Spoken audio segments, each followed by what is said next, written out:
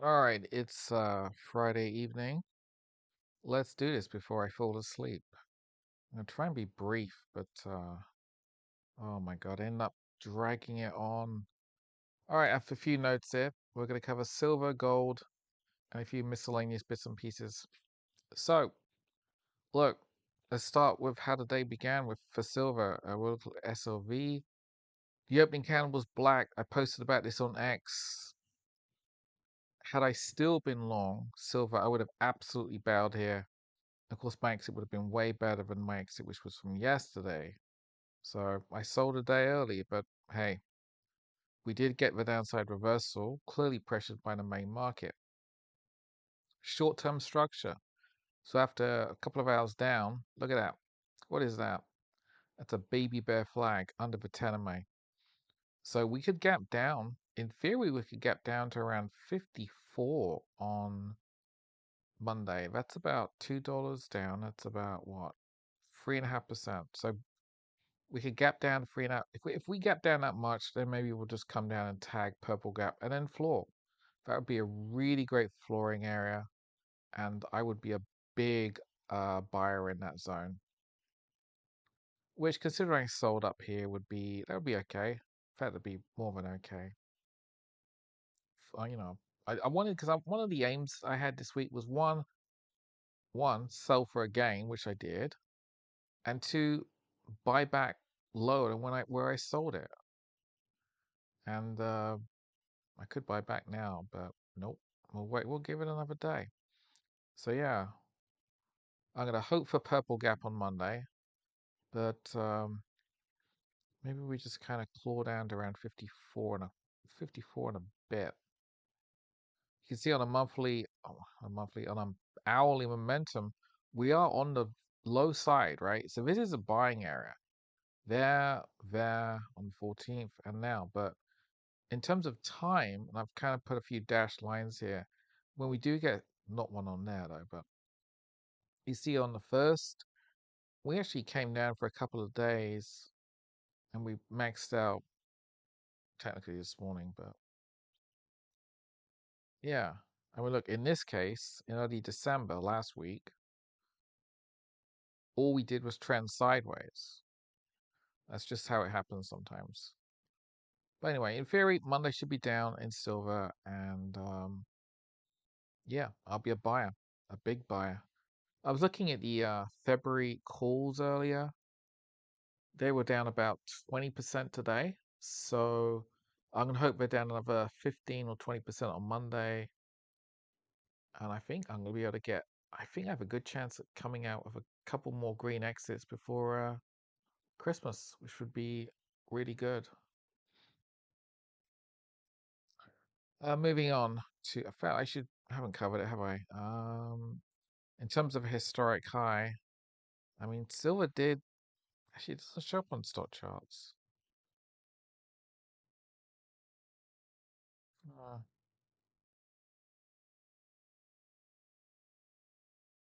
and the stock charts includes overnight highs and stuff, but it's very kooky in how it uh, presents data sometimes.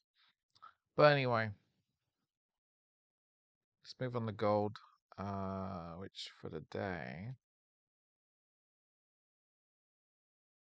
I mean, like, technically gold was up almost $20 on the day, 42.99. We're we're clearly we're clearly going to break a new historic high. Could happen next week. I'm guessing or not. I'm guessing it happened Christmas week. We could have gold 4,400. Silver could be. You could have silver 65s in Christmas week. It doesn't really matter. It's never get overly obsessive about the short term noise because it's semi random chaos. Okay, what else? Yeah, Bitcoin. People mentioned that to me today. I mean, Bitcoin's currently down 2.4, 90,000. It likes being stuck around 90K. I mean, I don't think it'll take out the November low. The November low looks pretty good. I think I have a weekly chart. No, I don't. I have a monthly chart. I mean, you see November's candle was pretty horrific. And in theory, it does lean bearish into early next year, but yeah. I'm not a fan of crypto. I understand why some people get obsessed about it. All right, what else? Look at the S&P on an hourly.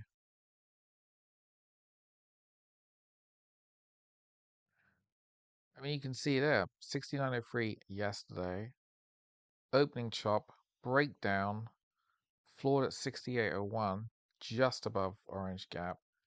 And you could argue this structure here is it's a bit of a messy bear flag, but you could kind of draw one there. And in theory, below orange gap, there's a key price threshold around 67.10, but I don't think we're going to come that low. If you look on a daily, 50-day, 67.61. We'll probably hit that either Monday or Tuesday. I'm hoping it'll be Monday. And on a weekly chart, look at where support is. 10 of May, 67.46, which will be around, that'll adjust to around 67.50 or so on Monday. And the upper Bollinger is currently offering 69.67.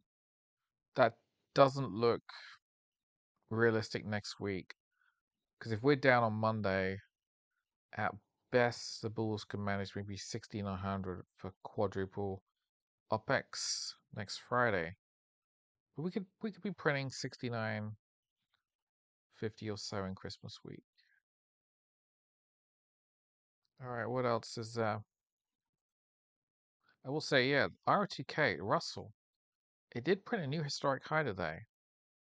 People overlook it. It's like, hey, look, historic high for the Russell. It did settle down 1.5% though. Bearish engulfing candle, bearish for Monday. What else? Go for a few individual names that might stand out. Barrett Gold, new historic high, but settling lower. Only a bit though. Disney, fractionally higher, but that's probably a black candle, right? Yep. Black candle in Disney, 111.60. Yep, that's bearish for Monday. Um, actually, look at that. Look at where the 200-day and the 50-day are intersecting in the 109s. They're only 3 cents apart. So, yeah, we can come down Disney 109s on Monday. That would be pretty normal. Anything else? Netflix. Yeah, some buys in Netflix, 95.19, but that's also a black candle. Bodes bearish for Monday. Micron is down. Yeah, Micron was leading the way down 6.7%, partly because of the story, although Oracle denied it later on that the data centers will take longer to set up, or maybe they'll just build less of them. But, you know, it was a spurious story that Oracle did deny. Micron does have earnings next Wednesday. It is historically the case, even though earnings will come in good, there's no question about that. We can expect Micron to probably be net lower on earnings. There's a great example there in the summer. Let's just scroll down there. You see here, earnings were good in, actually, when were earnings? Um, Probably about there, right? Mid-July, maybe. Whenever they were. Micron does sell lower on earnings, and we know they're going to be good, but they do sell it low. Nvidia down 3%. Again, mostly just dragged down with the main market. And American silver down 1%, but that's a new historic high. That reminds me of Agnico Eagle. Actually, we'll skip that one. Palantir, which of course Michael Berry is short, down 2%. You can see, look at this. Look at where it got stuck. It got stuck at the green gap. Short-term bearish, at least for part of Monday. Tesla. Wow. That was actually up 2.7%. Really? What was that up for? I don't know why it was up, but on look, I guess the volume was up as well, partly because the main market was down. But yeah, that's it's kind of ludicrous. 2.7%. But that's a bullish engulfing candle. Wow. Oh yeah, and of course there's United Health, which I've been babbling on about for a while now. Look at that one. 1.5%. That's impressive, right? Look at that, 341s. It's now above the 50-day. 200 days, 353. I don't expect it to clear it on Monday or Tuesday, but it could do it by the end of next week. And then where are we gonna go? It's easy, right? Up here.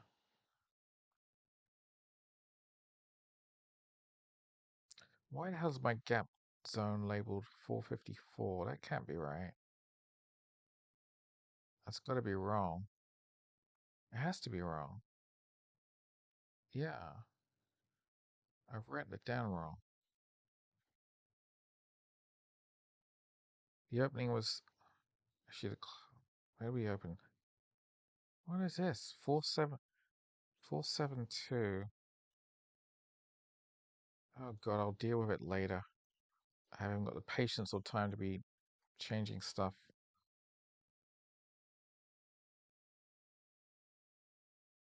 Anyway, bullish United Health. Dollars churning under the 100 threshold. Copper. Yeah, copper was down 13 cents. Bearish engulfing candle. There's some kookiness going on here. Look at this. Look at these Yalgos with flash printing it down, but it kept going up. There's another flash print. You see, if there's a fair few flash prints, you could even there's a few. Look over there. Look at January. Little repeated flash prints. You could just write them off as like rogue or whatever, but the copper market is twitchy. What else is there? So look at oil. So for the week, oil was down 4% in the 57s. Wow. Look at this. So great example of a double. We have a double floor from the 56s. If that doesn't hold, then you've got to be looking at $50 oil. Let's, whilst I'm on this page, I'll just drag. You know what I need? I need an AI program to just drag my little, you know, annotations around from time to time.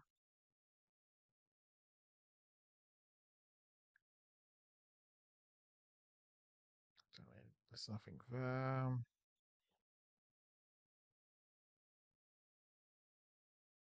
Yeah, we can look at United Health on a monthly.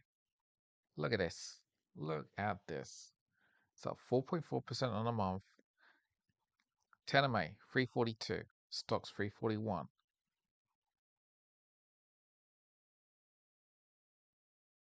It's got to break up and away, right? Natural target would be 420. And there's that gap. Although again, it doesn't exist on this chart. Um, but you're looking at 450, 460.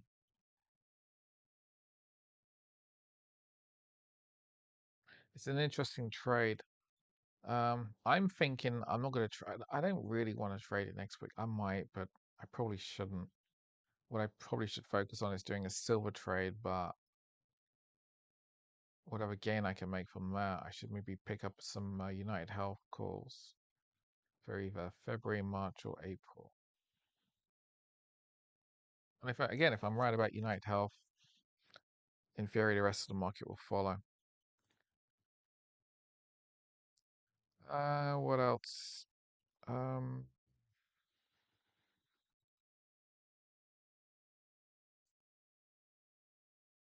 I mean, technically, for the month we're down 21 points. You know, it's not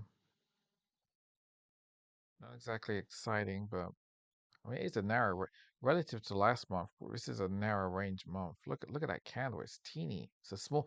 In fact, it's the narrowest range candle. Yeah, we've had since. I mean, go back all the way to. I mean, It's been a couple of years since we've had this narrow range price action. Maybe even all the way back to there. There you go. January of 2020. In fact, the candle is actually exactly the same, right? Look at that. Same candle.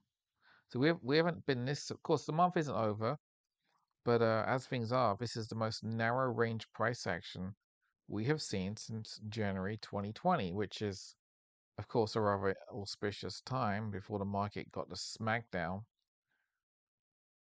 Of course, that smackdown was very brief. I mean, look on this chart, it doesn't look like much. 33.93 to 21.91, and then off we went again, where we effectively doubled up in the space of just under 2 years.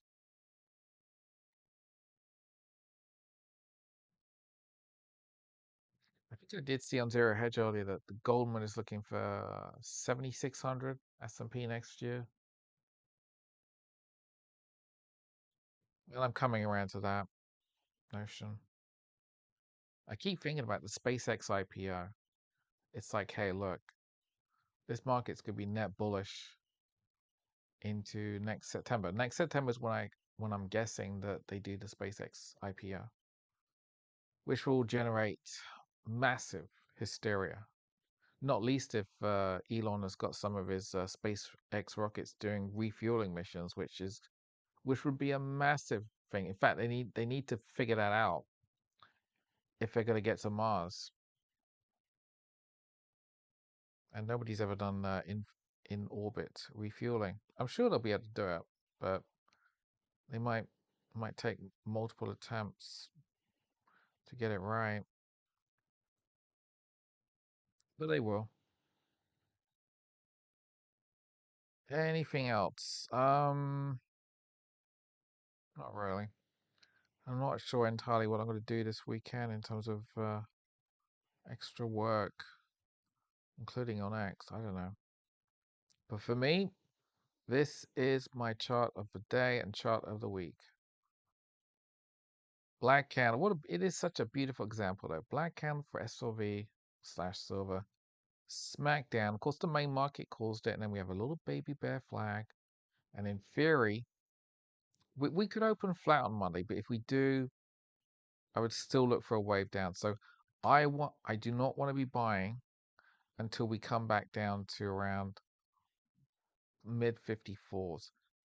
My dream scenario, right, would be we gap down straight in the purple gap on Monday with a reverse and put in a reversal candle with like a little spike. I would be all in on that. I'm just looking for another candle like that. There it is. There's one. See that little candle there on November the 21st. It's not a very good one, but you can see that we came down a few days, bounced, and we matched the 44s, but that's a reversal candle that marked there was your key low with a reversal candle, and then you have a key high with a black candle, right? This is why I drone on about reversal candles all the time. They're pretty good.